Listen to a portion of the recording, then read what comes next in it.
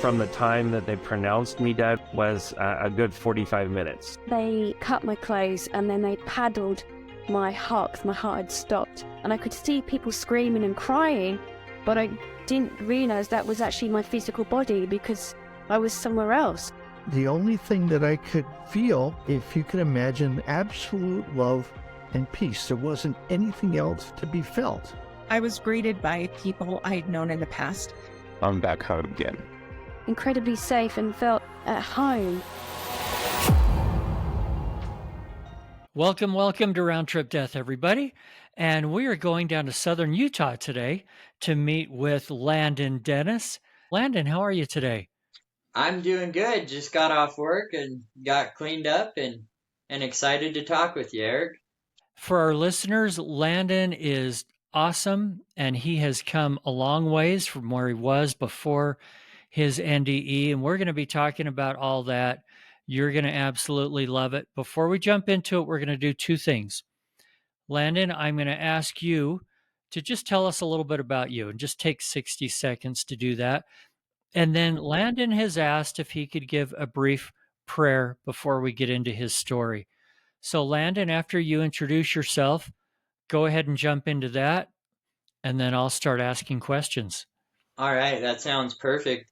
Well, my name's Landon Dennis. I live in St. George, Utah. I am the youngest of 8 kids. You know, I learned a lot from having 7 other siblings to pick on me growing up. A big thing in my life is I'm a recovering drug addict. And I've learned a lot in life from the experiences that have happened to me from that. And that's actually one thing that led up to my near-death experience. Well, it had to do with drugs, but I love to go arrowhead hunting. I love archaeology, music, guitar, piano, history, and there's a lot of that down here in St. George, Utah to go mess around with. I mean, I could go on for days about myself, but I think that's pretty good. That's perfect. Okay, would you mind if I said a little prayer before we get into this now? Now's a good time. Go right ahead. Awesome. And one thing I want people to know is, and you'll hear it from my story, that prayer for me is not a religious thing. It is a spiritual thing that I was taught and shown during my near-death experience and how it can help us. So I appreciate it. Our dear Heavenly Father, thank you for letting me be here with Eric today to speak about the experiences that I went through and the things that I learned, and for my ability to be able to be here on earth today and still be able to talk and walk with others and share this experience. And Heavenly Father, please help me to share my experiences and the lessons that I learned in the best way possible to help others that are listening to this program. And please help them feel the sincerity of the things I say, and have them have an open heart and an open mind. And again, thank you for all the blessings that we have in this world, Heavenly Father. And I say this in the name of Jesus Christ. Amen. Amen. Thank you, Landon. I appreciate it. Thank you. Well, I think we ought to jump right into it. We're only going to have to go back a couple of years to a medical emergency that led to your NDE, but can you give us a little bit of background before that? You already mentioned drug addict. What in your life led up to that? I am very accident prone. Very, very. I mean, they say cats have 9 lives. I'm about to 18. I'm not sure how many more I got in me, but I've been hit by 3 cars on bike and walking. I've overdosed and died so many times. I fell off a 2nd-story building from overdosing onto a car before. And what first got me into my addiction with drugs that leads to my near-death experience was a lot of those accidents. And I was prescribed certain things like pain pills and stuff. And at the time, I wasn't an addict because it happened from a young age. I started getting prescribed those things more and more as my accidents happened. And eventually that progressed into me being a heroin addict, and just about anything else you can think of. If any of your listeners have ever had addiction or have family members who have addiction issues, then they'll understand that it progresses quickly and it takes everything in your life away even quicker. And so that's kind of what led up to my NDE, was me having these physical things happen to me and slowly taking things out of my life, like my first fiance, my first daughter. I lost them. I became homeless for years in Utah. It took away everything that was good in my life. But my whole life, I've also had very paranormal experiences, both good and bad.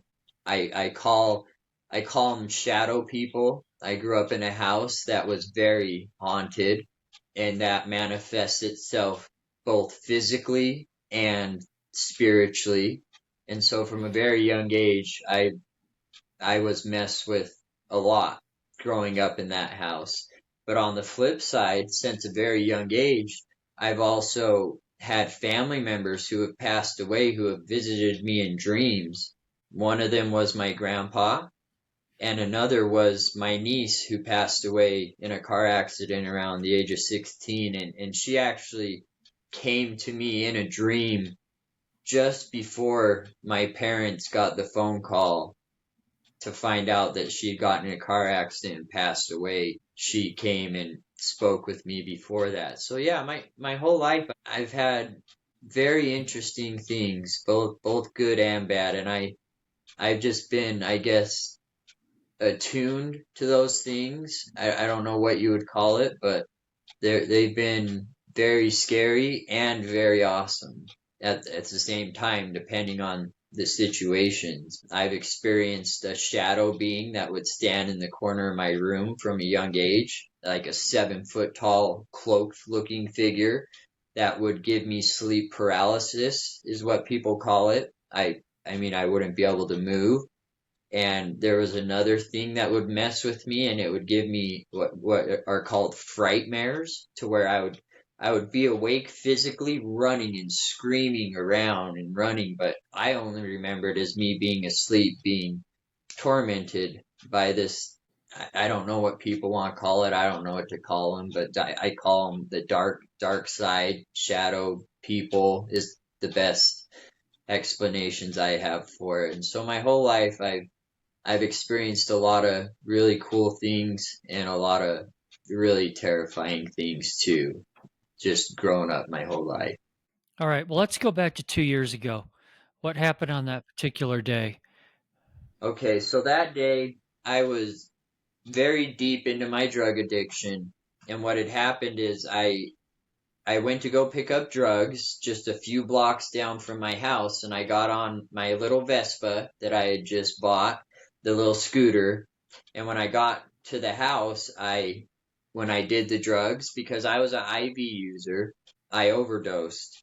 I don't know if I died or not, but I overdosed, and they had to Narcan me quite a few times, and I finally came back. And I don't remember any of it. From what I'm telling you now until my near-death experience where I was above my body, this is the last thing I remember, is going to the house to get drugs. And I guess I overdosed.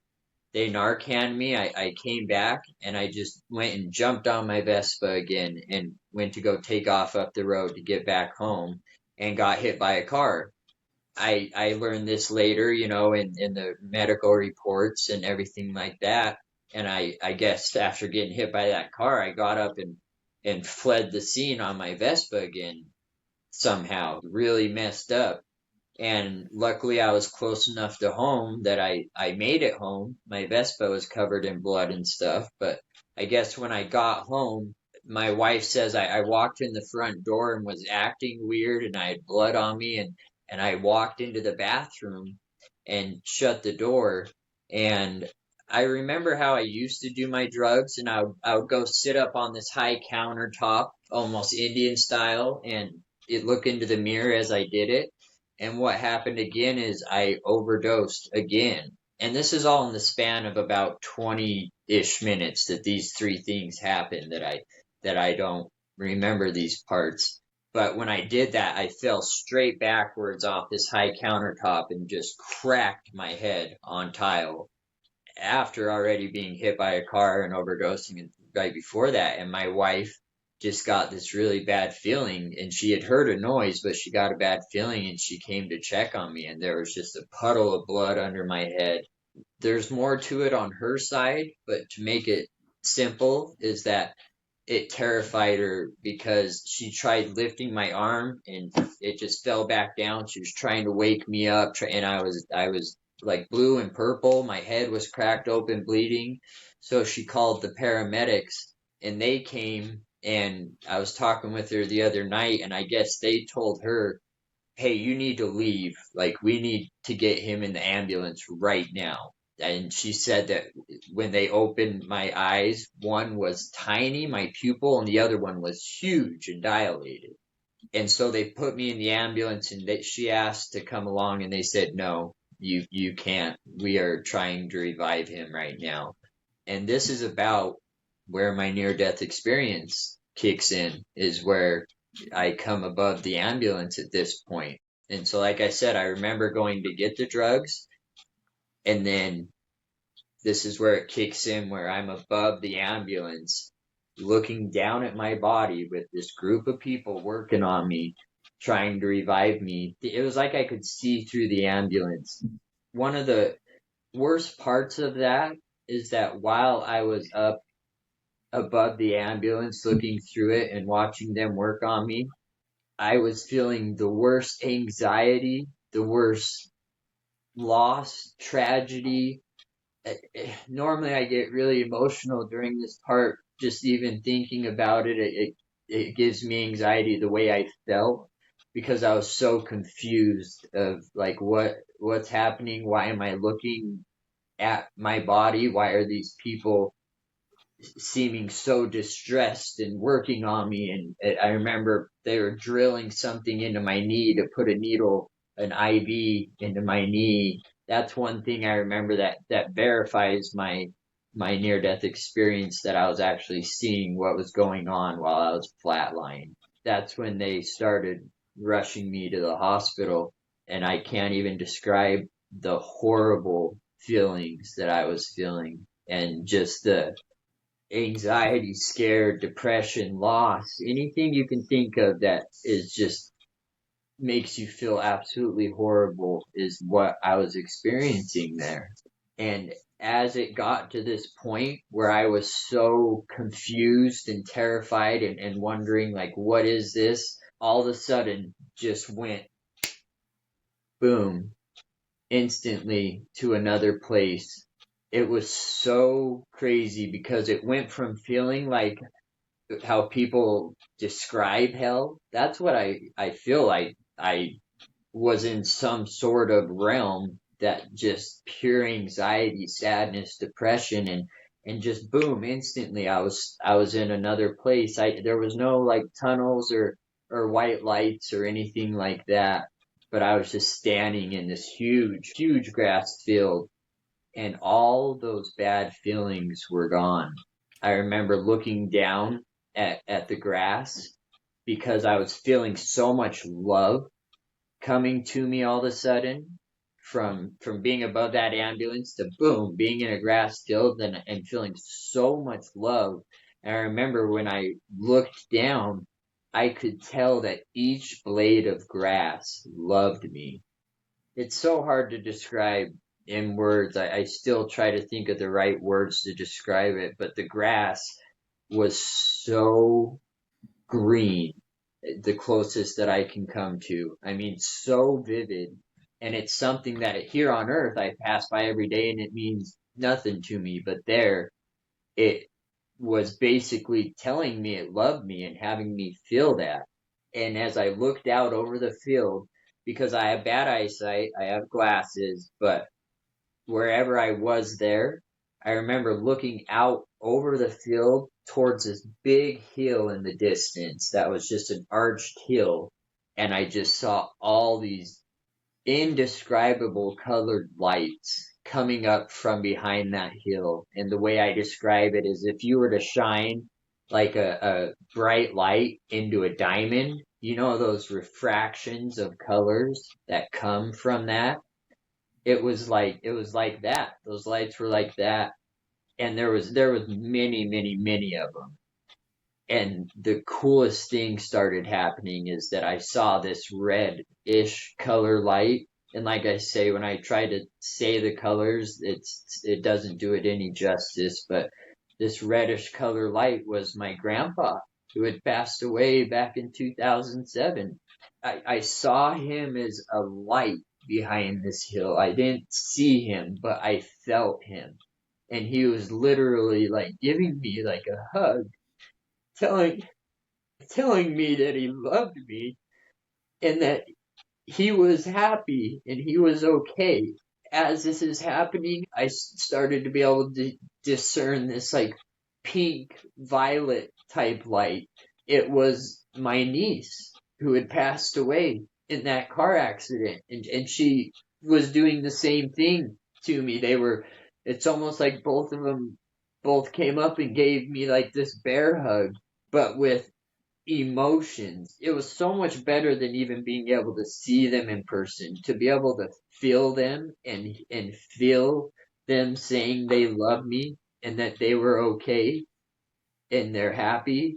It was so incredible. And in that moment, I wanted to go back behind that hill because there was more lights and I was feeling a lot of love, not just from the grass, but from my grandpa and my niece. And I wanted to go back there. And in that moment, as I thought that, I felt this wonderful presence just a little behind me to the right.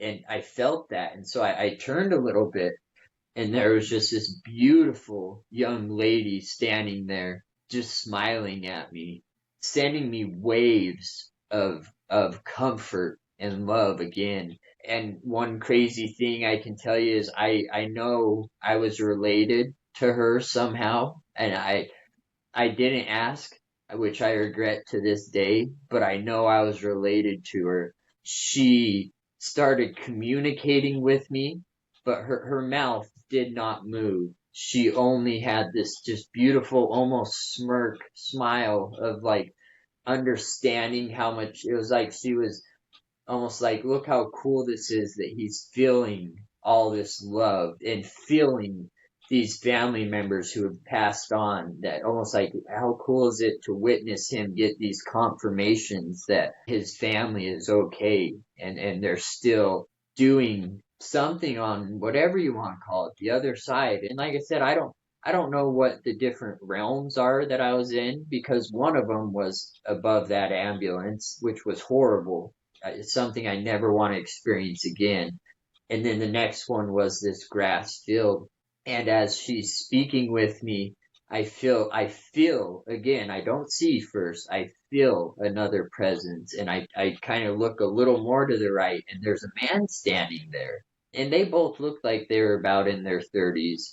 And he started communicating with me too. And the way I describe it to people is that if I said the word fire to you, as soon as I said that word fire, you would see the glow of a fire. You would feel the warmth of it. You would hear the crackling firewood. You would smell the smell of the wood burning. They didn't say the word fire, but that's the best way I can describe is how this communication happened. It made it really hard to be back here on Earth and try to communicate people with words because they're so inadequate and it sucks so bad compared to that communication that I had there, especially with my wife. I love her to death, but I can send a text a certain way. And if she, if she can take it however she's feeling in that moment, I might mean it in a good way, but if she's grumpy or something, she could take it as a bad text. I have to send so many of those emojis to people now when I text because I try to put emotions in with what I talk to people with, and that's the closest I can come here on Earth, which is not even close to how they communicated with me there. All right, let's take a quick breath here Okay. because I have some questions that I'm going to forget if we get too far down the road. Whenever you have questions, you cut me off. You go ahead so I can answer them. I hate to do that, and your story's so beautiful. I did not want to do that, but let's do this. Let's get caught up, and then we'll move forward some more in just a couple of minutes. So, my first question is, you were in this state of, I'm not going to say a place, but a state where you were above the ambulance, everything was stressful. And then all of a sudden, you were in this beautiful grassy place. Do you think there was anything that you did or thought or said that triggered you to go from one to the other? Nothing, the best way I can describe it is that being in that state or that realm of what I was feeling was almost like a little bit of a lesson to me because I was not living a good life at the time. I've always been a kind, loving person to people, but I was a drug addict. You know, I did bad things to get drugs, like steal from family members, I cheat, just not living a good life. And I almost, like looking back, that it was almost kind of like I try not to get religious with this, but like I said, it almost felt like I was in hell at that point where I was. And so I didn't say or do anything necessarily to all of a sudden, boom, be somewhere else. But I did get to a point where I didn't feel like I could take it anymore. Like I thought I was going to explode almost. And that's when I went to the next place. You were thinking that you needed help, it sounds like. So yours was not a typical life review. It was almost like based on the life you've lived, here's where you're at. I'm not going to say your reward or your punishment, but this is where you got yourself. Okay, that's a fact of life. Now let's show you what the possibilities can be that are so much better. Exactly. And I actually did have a type of life review that we can get to in a moment that I was shown things from my past and they explained the power of prayer to me during those things. So that'll be in just a moment. So any other questions you have? Yeah, absolutely. Tell me more about the grass. I've had other experiencers tell me that they felt love from grass and it seemed really alive. Do you feel like you were barefoot and you were actually feeling it, or was it more just emotions coming to you? It was both. It was both. And I felt, like I said, when I looked out towards that hill in the distance, I could still see every single blade of grass. Like imagine if you're standing in a football field, if you look down and focus, you can start seeing each blade. But if you focus up far ahead, the grass just kind of meshes. You don't see it anymore. But I could still, as I was looking out, I could still see each blade of grass. And I did feel that each blade, in a way, I don't know what to call it, almost had its own spirit type thing. Not, I don't know exactly. That's kind of the best way to describe it because it was sending me love. I felt that emotionally, and it sounds weird to people because, like I said, it's just grass. But no, this each individual blade was connecting with me in a way to comfort me from being where I just was to all of a sudden in this big field. That was a big difference that was kind of shocking to me at first. I think that's a good way to put it. Now, I find it interesting that with your grandfather, your niece, and then the woman and the man, did you see actual physical features of any of them, or did they all just appear as light and you knew who they were? No, so my grandpa and my niece were two of many, just two of many of those lights behind that hill. But this man and woman that came and started speaking with me, like I said, through emotions and through feelings, they were very real. They were very, very real. And those are the two that I saw. But my grandpa and my niece, they were lights and I felt them. But yes, these other two people were actually there with me. And as I looked back on it, honestly, I can't remember if I ever saw my own body. Kind of if you're standing and talking, you don't even really see the tip of your nose type thing. So I'm not saying that didn't, but I don't remember seeing my own. But those two people that were talking to me, absolutely. Like I said, I knew I was related to them somehow. And I don't know how, but I know that for a fact. And I can't describe it in words because everything that was conveyed to me was through like spiritual and emotional and experiences. Do you feel like they had a purpose? Some people describe a guardian angel or a guide or something. Do you think they had a purpose for you? Yes, that's one thing that they communicated with me, is that those two were allowed to come to that spot, wherever that spot was, to come there and speak with me and share very amazing things with me. But they told me that they were allowed to meet me there. I know there's life after this life, and I don't know everything about it. When I tell a story, I don't claim to know everything. I'm still trying to figure it out too, and that's why I welcome viewers to expand on it and think, however it touches them in their heart and what they think. But I knew that that was their purpose, to be there and to teach me two very important lessons. After you're done with some of your questions, I can get into what those two things that they taught me were, and not just even taught me, but showed me. I'm done. Let's go ahead and move forward. Tell me some of the things that they taught you, showed you, and then I'm not going to let you forget your life review also. I want to hear about that. So, whichever you'd rather talk about first.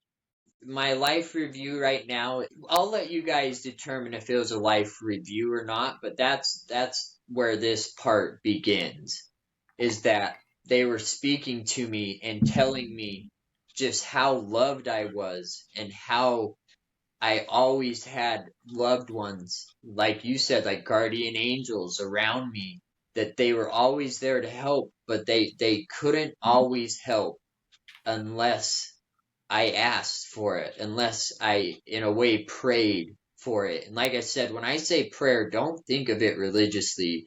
The way they are explaining it to me is that prayer is such a powerful tool and weapon for anybody living on this world, that you have a line of communication with, what they taught me was with our Heavenly Father, our Creator, whatever people want to call him. If it's your will, because we have free agency down here, because we're here to learn things.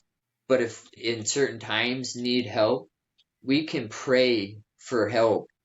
And there's certain guardian angels, passed on loved ones, that that are allowed to help us in moments, and they can't always do it unless we actually ask, because that's our will, to ask and ask for help, because we have that free agency. And when they're sharing this with me, I kind of questioned them right then. I remember having this thought and this feeling of, what do you mean prayer is so powerful and prayer is real? Because I remember being homeless for years. I remember being a drug addict, living behind churches, sleeping on gravel, holding up signs for money, being humiliated, like being at a point in my life where I would have to hold up a sign begging for money, and I would give little prayers and stuff, and it never seemed to work for me, and so I kind of questioned that to them. And that's when they showed me this vision type thing. It was almost like this hologram type vision that I could have almost stepped into, but it was of me at a certain point in my life, where there was this one night in Layton, Utah, when I was homeless.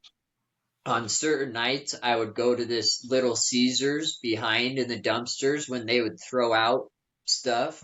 And if I could be the first one there before other people or animals, I could get something to eat. And I remember this one night behind this dumpster, and this was at a very, very dark time in my life, because I had lost everything to my drug use. And I remember picking this piece of pizza up out of the dirty dumpster, not even in a box. I mean, straight just out of the dumpster. It had marks taken out of it.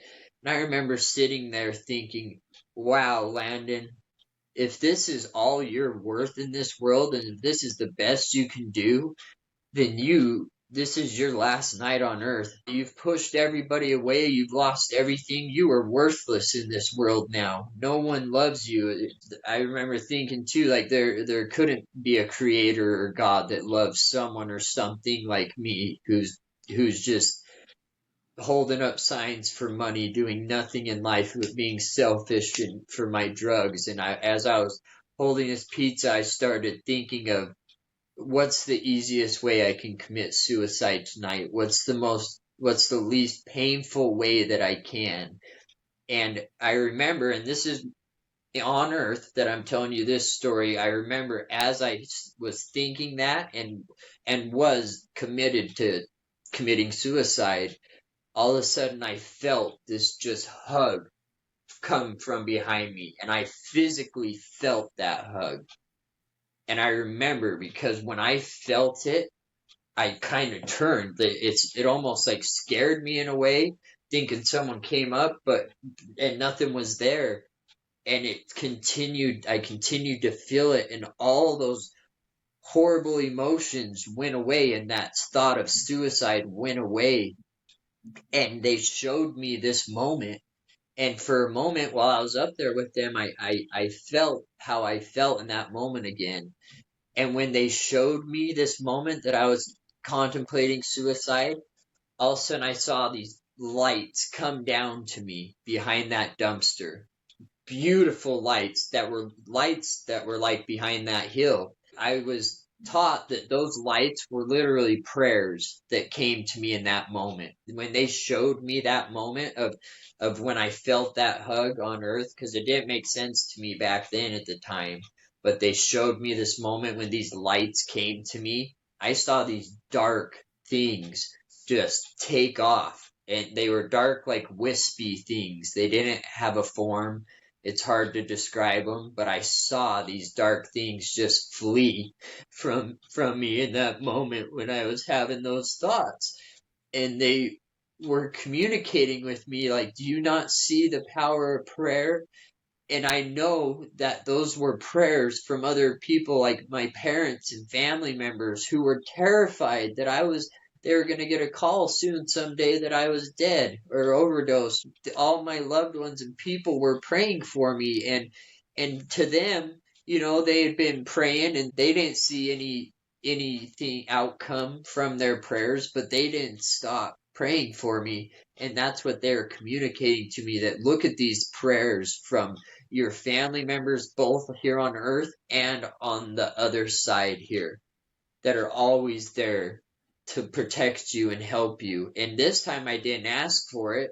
I was going to commit suicide. And so all these people on earth here that were praying for me, they didn't know that their prayers were being answered at that time. They could have had question like me. Like, I've prayed before and I've never chose to see any miracle come from a prayer, but they physically showed me this, and that's what I felt, that hug. And I didn't see anybody or anything, but in this moment that they showed me, and these lights come and these dark things take off, and they explained to me, now do you see how powerful prayer is?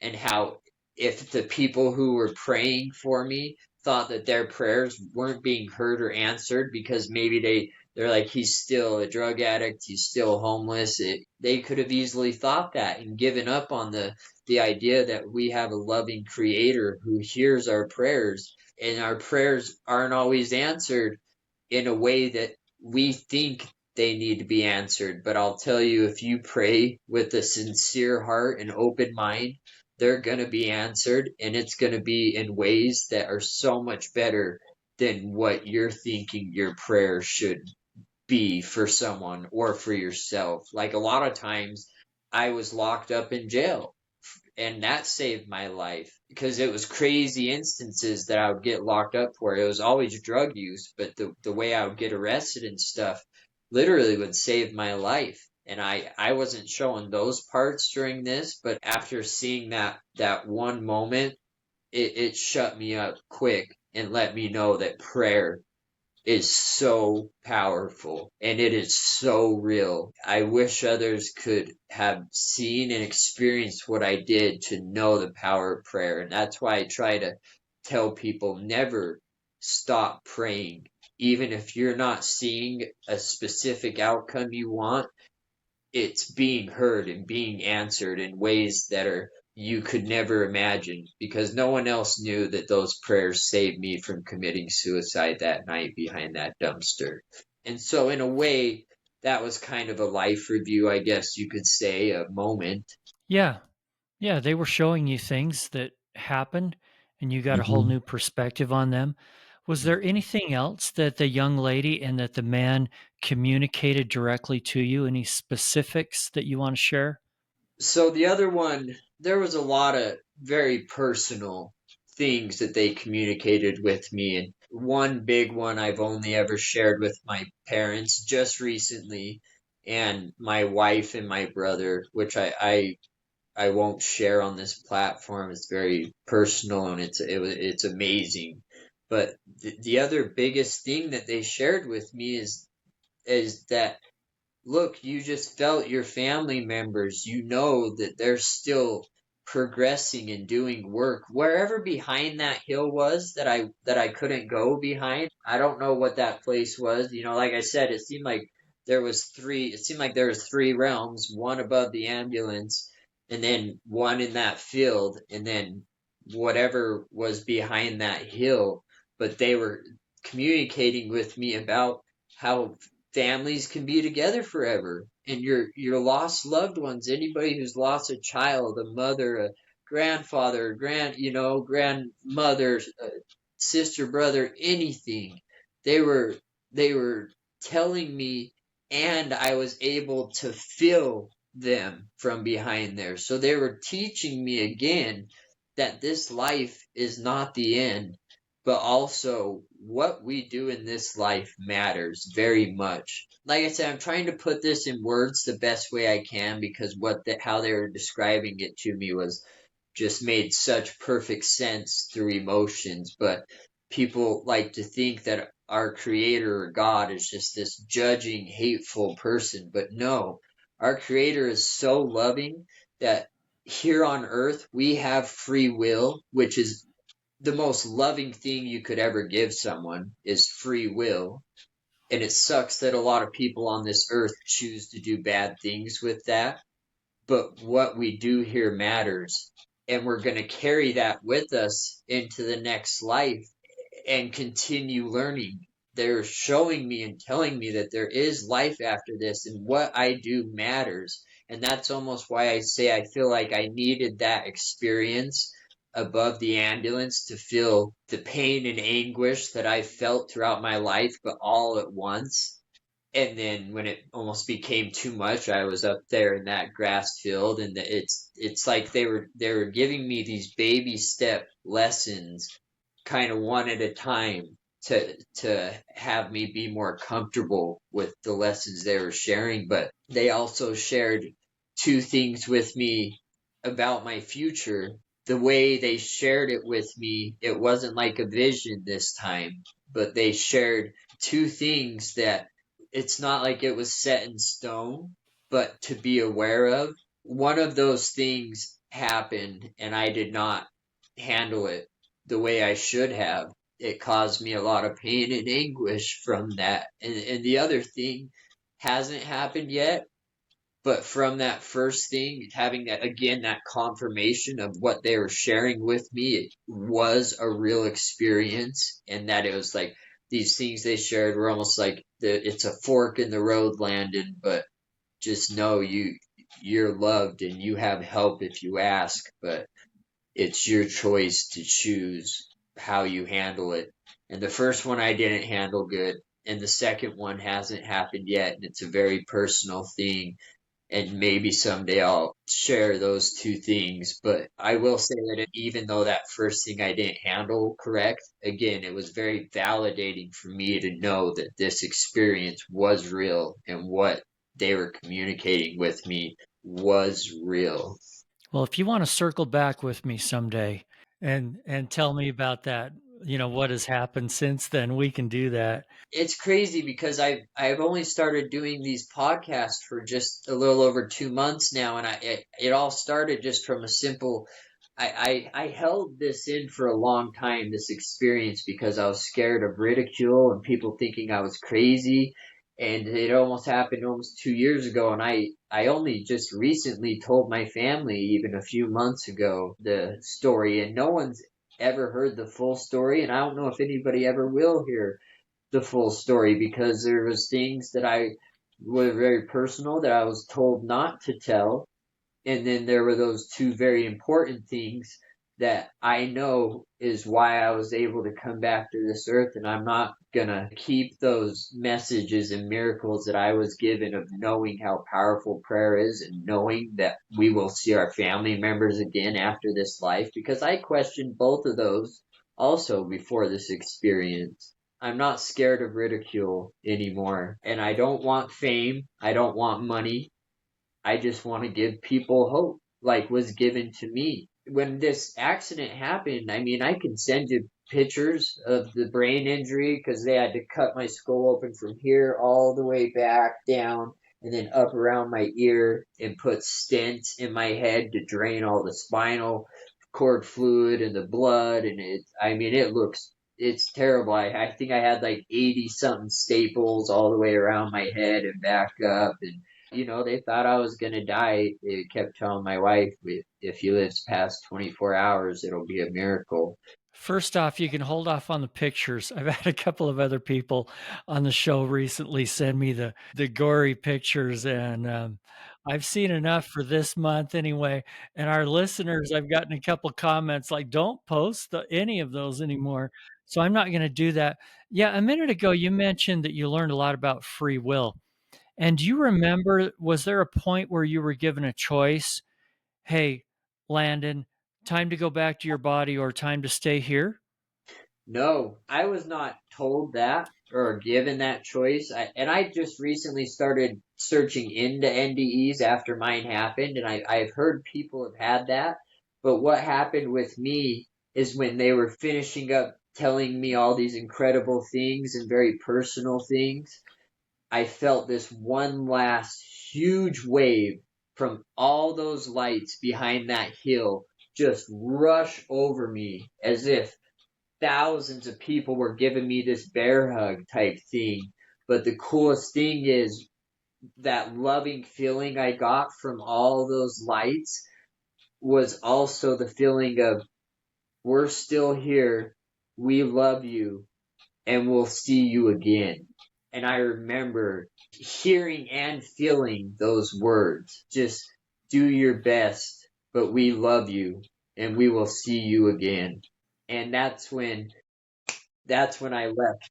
And then what was it like coming back into your body? I think that's what you were just getting to. I felt so incredible there, but as soon as that last I love you, I'll see you again, goodbye, boom, I came back, but I was above my body watching myself get brain surgery at this point. Because at the last point that I was above my body, it was above the ambulance. And now at this point, I'm above my body watching them do brain surgery. They had part of my head sectioned off in something, and I don't like blood or gory stuff either, and so you can imagine me all of a sudden being where I was to seeing myself with my head being open and drill. Like, I have 4 titanium plates and a little titanium clip that's holding my skull and stuff back together, and all those horrible feelings came back that I had when I was above the ambulance. All those same type of feelings came back, and it's like I was just stuck there watching this for a minute. And I would have rather felt the physical pain of that brain injury than the emotional and spiritual pain that I was feeling when I was above my body again. I just remember when it got to a point again that I felt like I could not handle it. I heard that young woman's voice that I was up there with. I heard her voice, and I this time I didn't feel it emotionally like I was up there, but I heard her voice, and she said, "Landon, it's time." as I'm watching it, part of this brain surgery, and it kind of shocked me for a second, like, what?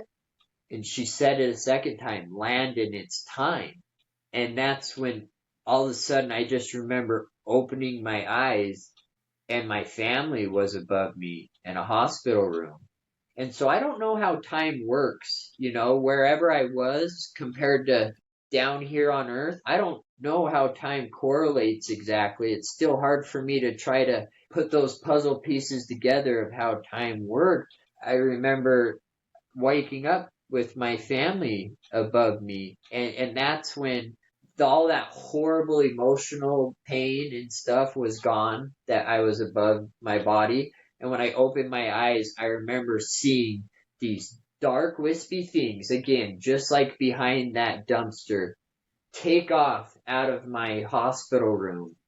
And what's crazy about that is, I guess when I first came out of surgery, and the surgery was like 4 hours long, and were telling my wife, we're trying to do this to see if he can last 24 hours. We're not sure what's going to happen. If this surgery doesn't work, we're going to have to fly him to Salt Lake.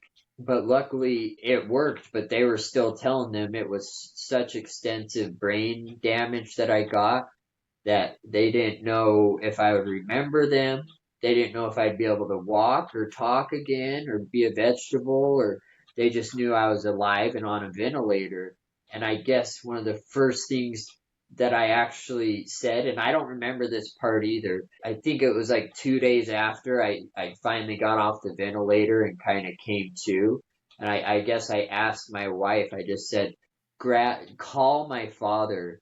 I need a priesthood blessing, which in the LDS church, because I am LDS, or people say Mormon, it's just a spiritual blessing. Him and one of our neighbors came and gave me a blessing. And I believe that blessing is what made those dark things that were, it's like those things were holding me above my body in that state of terror and confusion. And those things that I saw just flee out of the hospital room, I believe that blessing, that prayer type thing, if people want to think of it that way, is what made these things leave again. My dad just basically, his blessing was, I bless this hospital room that my son will fully recover, and there will be nothing in here to be able to hinder his recovery mentally or physically. I just remember when I came to, seeing those things fly out of my room again, and I was able to recover so remarkably fast. Like they said, they didn't know if I would remember my wife, my family, or if I'd be able to walk or talk and all that. And I was out of that neuro ICU, walking, talking, functioning again within just over a month. But I still had to learn how to walk and do speech therapy again, and that sucked. They would tie this like belt to me with a tether behind it and a big like weight on the ground, and I would have to grab a walker and carry that weight around and do speech therapy. But they couldn't believe how quickly I healed, because I was in there with many other people on that neuro ICU unit floor who had same type of injuries or strokes and stuff that passed away, at the exact same time I was in there, that they couldn't save, or the ones that were saved, they were affected for the rest of their lives in horrible ways, like of being a vegetable or being able to not speak or move parts of their bodies and stuff again. And that's again why I won't hide these things I was shown and taught anymore out of fear of ridicule. People can ridicule the heck out of me, that's fine, because the people who need to hear this message of what I experienced are going to feel the sincerity of and the truth of what I experienced and what I was told. And that's why I'm doing these podcasts and not having fear anymore of how crazy people might think I sound. And one really cool thing I'll tell you is that after this experience, I see auras around some people. It's not a lot, I would say out of 100 people, if I was to see 100 people throughout the day, I would see auras around two, some days more, some days less, but they're these beautiful color auras. And I don't know the meaning of that. It doesn't make sense to me. But it's real. It's not just a trick of my eyes. Trust me, when I've seen it, I've like walked away, shook my head, and walked back, and everybody else, looks normal, but that same person will have the same color aura around them. And I hope someday to figure out what that is and what it means. And I've also had a lot more experiences of what I call kind of foresight. I don't like to say psychic because I believe people are born with the gifts and abilities, spiritual gifts of psychics and stuff in certain ways, but I had the ability of foresight for things. And what I believe it is that when I'm living the right way and I have an open heart and mind, I have these gifts all of a sudden. Let's say, for instance, not too long ago, I call it the still small voice. If I'm doing good and living right, I'll have these almost premonitions or someone literally speak in my ear and say, you need to call this person or you need to do this certain thing. And not too long ago, I had that said, you need to call this person right now. And I won't name names, but it's a close friend of mine and I didn't talk to him in like a year. And so I had that and I called him. He's just like, what? Why are you calling me now? Almost offended. Like, you haven't called me in a year. And I was just like, buddy, I don't know. I just wanted to call and make sure you're doing okay. And throughout that conversation, he explained to me that he was about to commit suicide for things that were going on in his life. And that me just talking with him and having that communication and emotional talk again saved his life. And that's from what I call still small voice or I don't like to call them abilities, but I've had those increases in those things. And I believe anybody can actually have, like I said, the gift of discernment, and everybody can definitely have the gift of prayer. Don't think about it religiously. You can have the gift of prayer that will help you. And if you're being a good person, I'm sure a lot of people out there can relate to me about having those moments of something come to your mind that just nags you and won't go away. And if you listen to it, all of a sudden you realize how important it was. I've had those things happen a lot more, but I've also, since I've had those abilities and kind of gifts rise since this accident, since I think about things differently, and I almost feel like the veil maybe is a little thinner for me now from wherever I went. I've also experienced a lot more darkness too. It's like yin and yang. I get these really cool experiences now, but I've also had the opposing experiences happen a lot more too, and it's hard for me, and those opposing forces don't want me sharing this messages on podcasts. I can tell you that from certain things that have happened when I'm supposed to be maybe doing a podcast or trying to share this message. And that's why I pray at the beginning of these podcasts, because I do feel those things, and certain things happen, bad things too. But it's cool. I'm grateful for the good things. So, Landon, before we wrap up, how's your recovery going? You doing well now? I am. I can't see out of half my left eye because of the big scar on my brain from my brain injury, but I mean, I'm able to walk and talk, which is a miracle, and so I'm grateful for that. Well, thank you. And your message has been beautiful, especially learning more about prayer. I appreciate it very much. Is there any one last message or summary that you want to leave with us before we sign off? Yeah, and I'll make it really quick. Pray, pray, pray, pray. Pray when you're having hard times for help, and pray with gratitude when you're having good times. Pray for others, and know that your lost loved ones, you will see them again, and they are not lost, and they can help you when you pray. And so I would encourage people in this tough world we live in today to pray at all times in their life. Landon Dennis, thank you so much for being with me today. It's been an honor. Thank you so much for having me. Thanks again for listening and sharing this podcast. Don't forget to hit the follow or subscribe button and sign up for our newsletter at roundtripdeath.com. If you want to share your near-death experience, or if you have questions or comments about the show, send an email to eric@roundtripdeath.com. Until then, I wish you everything good that you're looking for in this life and the next.